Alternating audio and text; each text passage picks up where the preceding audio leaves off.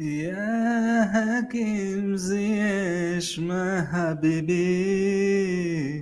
Hakim Ziyech, I love you so much, my habibi Hakim.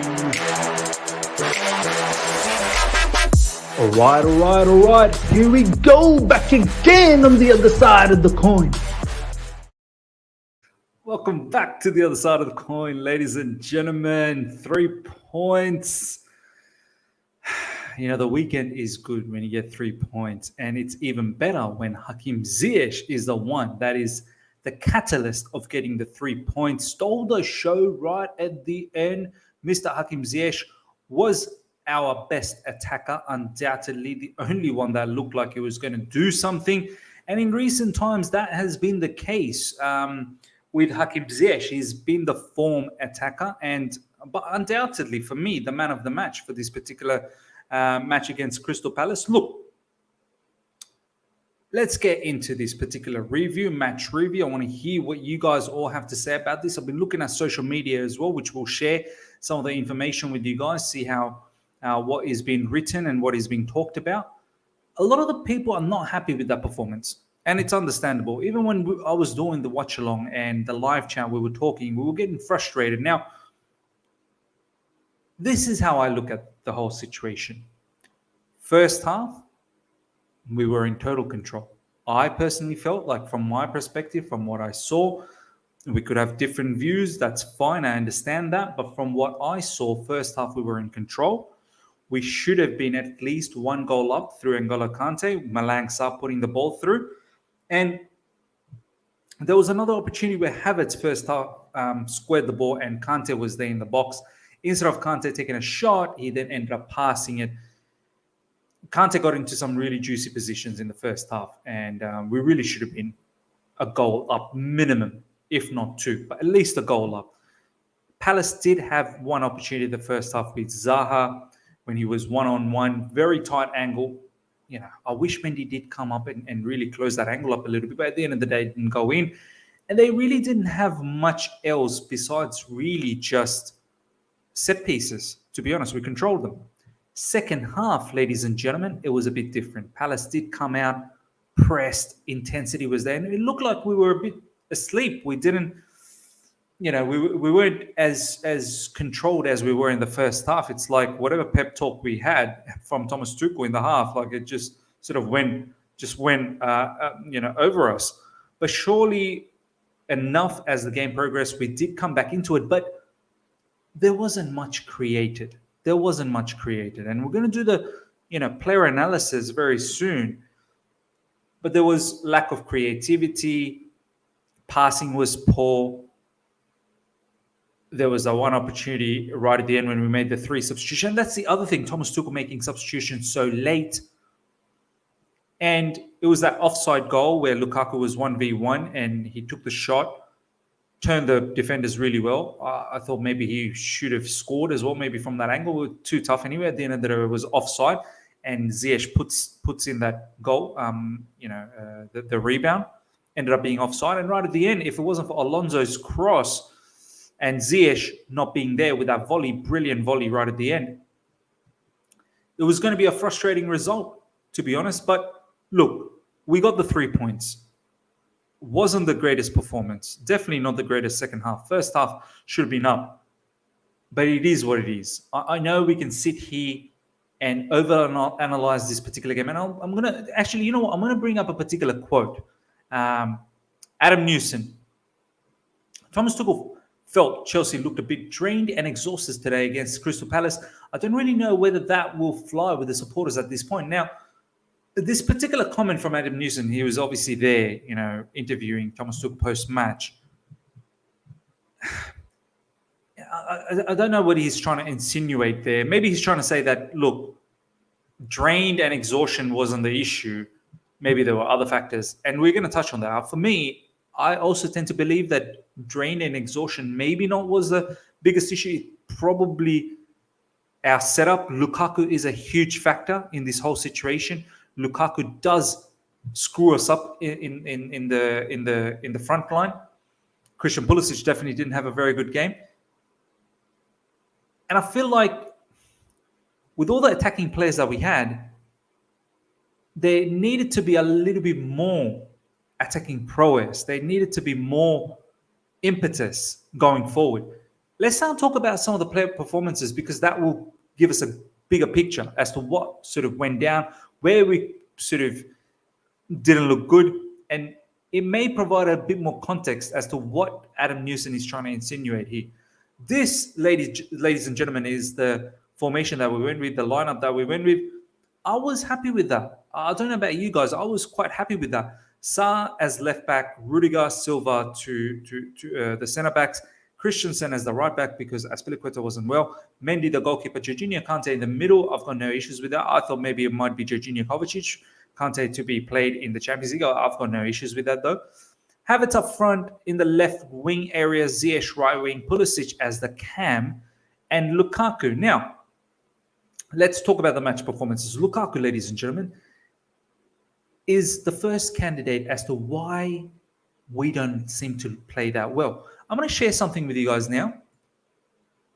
Romelu Lukaku had just 7 touches against Crystal Palace, the fewest in single Premier League game for a player with 90 plus minutes played since this data is available in full for the competition 2003-2004. Since 2003-2004. I mean, I can't believe the man only had 7 touches. This is from Alex Goldberg's thoughts. This is from SofaScore. 6.4. 7 touches. 4 accurate passes. That too, 66.7%. Ground Jewels 1. Well, Ground Jewels 2, 0-1. Aerial Jewels 2, 0-1. I mean, it's incredible. Possession loss 2. Fouls. Oh my God, this is... It's pathetic. It's borderline embarrassing. This, ladies and gentlemen, plays a big part as to why we haven't been good. I need to now sit down with you guys and really ask the question, and I don't know why this question hasn't been asked to Thomas Tuchel. What is the role of Romelu Lukaku? I don't for a second think Thomas Tuchel actually sitting down with Lukaku and saying, Lukaku, just be static there. Just sit in between the 2 defenders and be static there.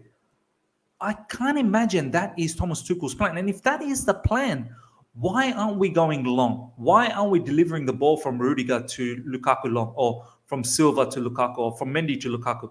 Why aren't we going long and trying to find this player? Why aren't we putting in more crosses to find Lukaku? Why isn't Pulisic looking for Lukaku more often? If he is meant to be the main guy up front, sitting in between the defenders, why aren't we making him work for it? And why isn't he bullying the defenders? He's not winning any duels. Have a look at this. He's not winning. Ground duels 2, 0-1. Aerial duels 2, 0-1. Like, what is his role, ladies and gentlemen? I want to ask you guys. He's not even coming into these sort of areas to link up. He's simply just static there. 7 touches for the whole match is unacceptable. It really is. And I think this is where our game at the moment is breaking down. We'll talk a lot about Romelu Lukaku throughout the week. I'm definitely going to do a truth bomb and try and see what we can uncover even more. But that was embarrassing. That really was. And a key component of why we're not playing well. Havertz, ladies and gentlemen, first half I thought was good. Second half, not that great. Gave away some cheap free kicks at the end. I don't like Havertz touching the touchline. I don't like him like he. I really don't like that. In the Club World Cup, what I saw was more like this. More tucked in. And I like that. More inside. More in this area. Now he's playing over here. Well, today he played over there.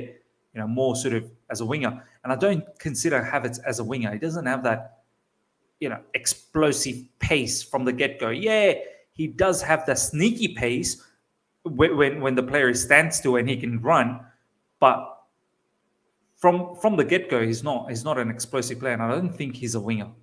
I like him here as an inside forward or as a 2 up front or maybe as a second striker.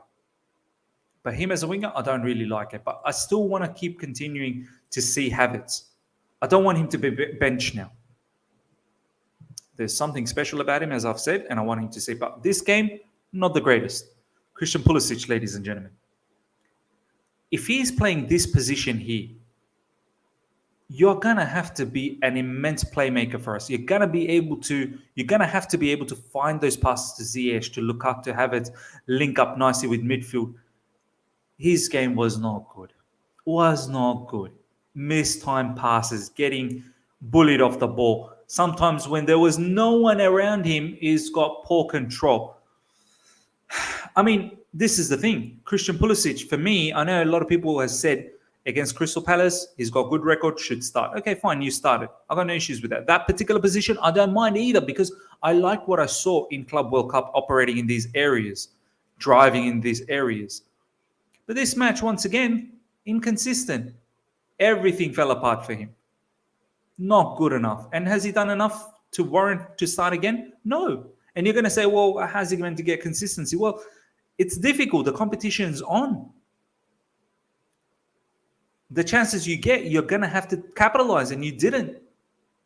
And today, it's not a bad position that he played. We can't even say he played out of position. He played in a very good position. Once again, not good enough. Not good enough. Hakim Ziyech, ladies and gentlemen, my man of the match.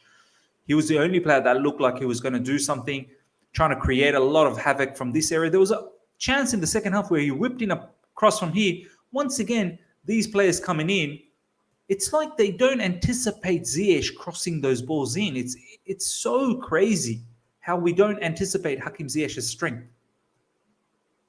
His track backing was great. His pressing was great.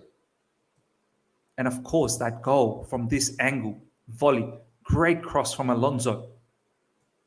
For me, the man of the match.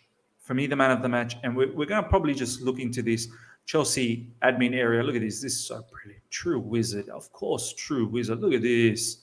What a picture. For me, we've got a good idea who will pick for man of the match. 100% it's Hakim Ziyech. For me, 88%, ladies and gentlemen, after 48,000 votes. Undoubtedly, look at this picture. I love this picture. Pointing.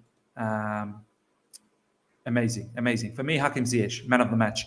And he's been the standout player for Chelsea in recent times in terms of our attackers.